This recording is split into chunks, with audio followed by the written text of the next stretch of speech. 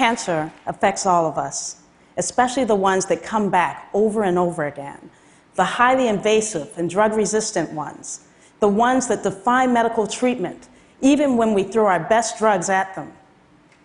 Engineering at the molecular level, working at the smallest of scales, can provide exciting new ways to fight the most aggressive forms of cancer.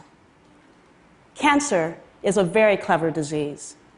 There are some forms of cancer which, fortunately, we've learned how to address relatively well with known and established drugs and surgery. But there are some forms of cancer that don't respond to these approaches, and the tumor survives or comes back even after an onslaught of drugs. We can think of these very aggressive forms of cancer as kind of supervillains in a comic book. They're clever, they're adaptable, and they're very good at staying alive. And like most supervillains these days, their superpowers come from a genetic mutation. The genes that are modified inside these tumor cells can enable and encode for new and unimagined modes of survival, allowing the cancer cell to live through even our best chemotherapy treatments. One example is a trick in which a gene allows a cell, even as the drug approaches the cell, to push the drug out before the drug can have any effect. Imagine the cell effectively spits out the drug. This is just one example of the many genetic tricks in the bag of our supervillain cancer, all due to mutant genes. So, we have a supervillain with incredible superpowers, and we need a new and powerful mode of attack. Actually, we can turn off a gene. The key is a set of molecules known as siRNA. siRNA are short sequences of genetic code that guide a cell to block a certain gene. Each siRNA molecule can turn off a specific gene inside the cell. For many years since its discovery, scientists have been very excited about how we can apply these gene blockers in medicine. But there is a problem. siRNA works well inside the cell, but if it gets exposed to the enzymes that reside in our bloodstream or our tissues, it degrades within seconds. It has to be packaged to protect it through its journey, through the body, on its way to the final target inside the cancer cell. So, here's our strategy. First, we'll dose the cancer cell with siRNA, the gene blocker, and silence those survival genes, and then we'll whop it with a chemo drug. But how do we carry that out? Using molecular engineering, we can actually design a superweapon that can travel through the bloodstream. It has to be tiny enough to get through the bloodstream. It's got to be small enough to penetrate the tumor tissue. And it's got to be tiny enough to be taken up inside the cancer cell. To do this job well, it has to be about 1/100th the size of a human hair. Let's take a closer look at how we can build this nanoparticle. First, let's start with the nanoparticle core. It's a tiny capsule that contains the chemotherapy drug. This is the poison that will actually end the tumor cell's life. Around this core, we'll wrap a very thin, nanometers thin blanket of siRNA. This is our gene blocker. Because siRNA is strongly negatively charged, we can protect it with a nice protective layer of positively charged polymer. The two oppositely charged molecules stick together through charge attraction, and that provides us with a protective layer that prevents the siRNA from degrading in the bloodstream. We're almost done, but there is one more big obstacle we have to think about. In fact, it may be the biggest obstacle of all. How do we deploy this superweapon?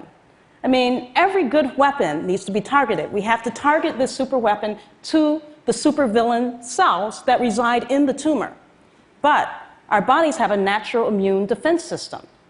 Cells that reside in the bloodstream and pick out things that don't belong so that it can destroy or eliminate them. And guess what? Our nanoparticle is considered a foreign object. We have to sneak our nanoparticle past the tumor defense system.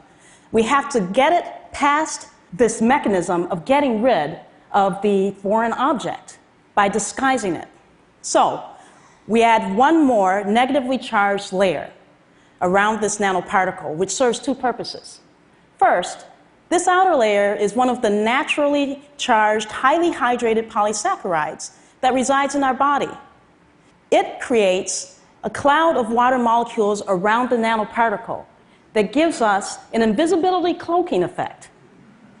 This invisibility cloak allows the nanoparticle to travel through the bloodstream long and far enough to reach the tumor without getting eliminated by the body. Second, this layer contains molecules which bind specifically to our tumor cell. Once bound, the cancer cell takes up the nanoparticle, and now we have our nanoparticle inside the cancer cell and ready to deploy. All right, I feel the same way. Let's go.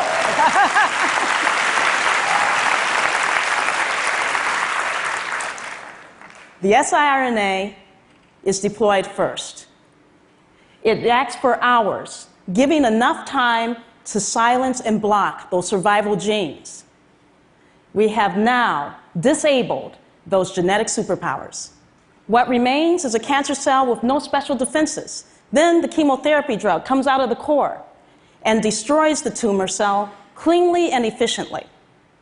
With sufficient gene blockers, we can address many different kinds of mutations, allowing the chance to sweep out tumors without leaving behind any bad guys. So, how does our strategy work? We've tested these nanostructured particles in animals using a highly aggressive form of triple-negative breast cancer. This triple-negative breast cancer exhibits the gene that spits out cancer drug as soon as it is delivered. Usually, doxorubicin, let's call it DOX, is the cancer drug that is the first line of treatment for breast cancer. So we first treated our animals with a DOX core, DOX only. The tumors slowed their rate of growth, but they still grew rapidly, doubling in size over a period of 2 weeks. Then we tried our combination superweapon, a nanolayered particle with siRNA against the chemo pump, plus we have the DOX in the core. And look, we found that not only did the tumors stop growing, they actually decreased in size and were eliminated in some cases. The tumors were actually regressing.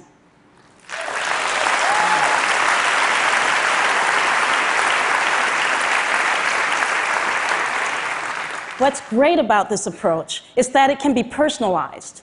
We can add many different layers of siRNA to address different mutations and tumor defense mechanisms, and we can put different drugs into the nanoparticle core.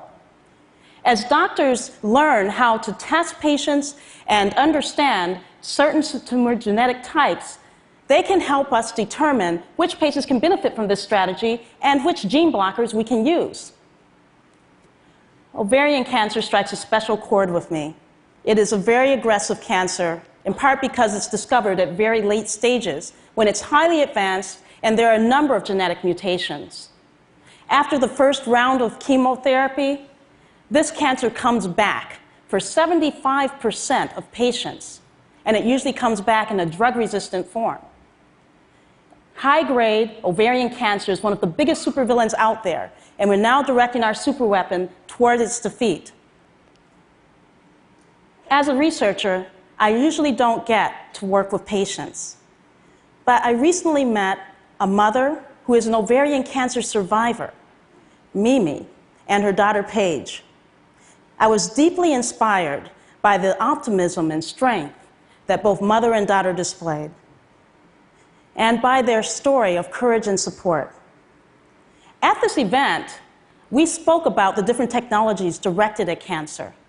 And Mimi was in tears as she explained how learning about these efforts gives her hope for future generations, including her own daughter. This really touched me. It's not just about building really elegant science. It's about changing people's lives. It's about understanding the power of engineering on the scale of molecules.